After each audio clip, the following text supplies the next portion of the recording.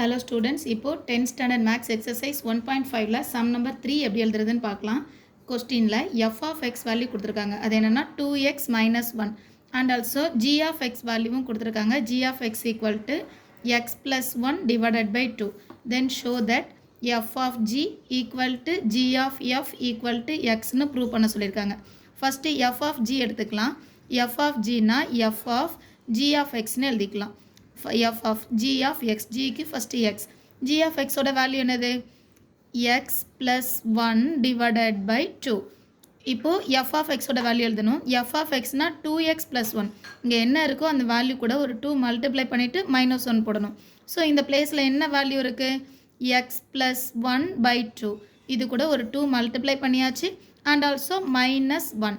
இப்போ இந்த 2 இந்த 2 ஓட கேன்சல் ஆகிடும். 2 கேன்சல் பண்ணியாச்சுன்னா remaining value x plus 1 and also minus 1 எழுதும் போது இதை கேன்சல் பண்ணால் x ன்னு ஆன்சர் கிடைக்குது. First one f of g frame பண்ணிட்டோம். Next one g of f. g of f ன்னு சொல்லும்போது g of f of x. So இதில் ஃபர்ஸ்ட் நம்ம காப்பி பண்ண வேண்டியது f of x.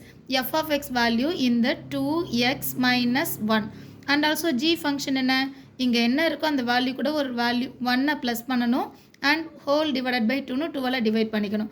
ஸோ இங்கே என்ன வேல்யூ இருக்கோ அது கூட ஒரு 1 ஆட் பண்ணணும். இங்கே 2x minus 1 இருக்குது, அதோட ஒரு 1 ஆட் பண்ணியாச்சு. Plus 1 divided by 2 whole divided by 2னு எழுதிக்கலாம்.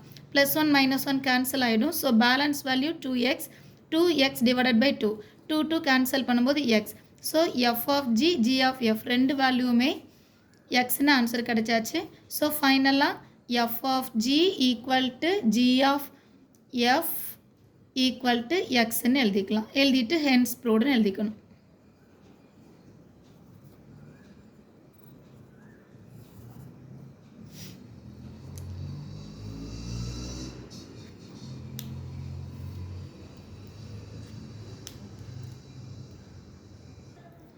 இப்போ சம் நம்பர் 4 பார்க்கலாம். f of x வேல்யூ கொடுத்துருக்காங்க, g of x வேல்யூ கொடுத்துருக்காங்க.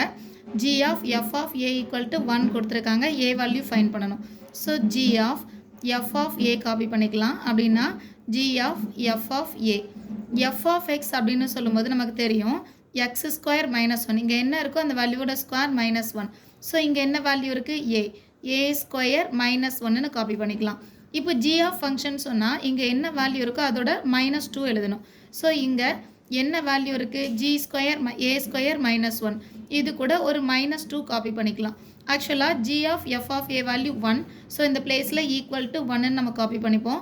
இங்கே a square -1 -2 -3 equal to 1. So a square equal to -3 opposite side வரும்போது என்னவா டிரான்ஸ்போஸ் ஆகும், +3 சேஞ்ச் ஆகிடும். So a square equal to 4, a equal to a square equal to 2, 4 எப்படி எழுதிக்கலாம் 2 ஸ்கொயர்னு காப்பி பண்ணிக்கலாம். ஃபைனலாக a ஈக்குவல் டு ப்ளஸ் வேல்யூவும் இருக்க சான்ஸ் இருக்குது, மைனஸ் வேல்யூவும் இருக்க சான்ஸ் இருக்குது. So +or -2.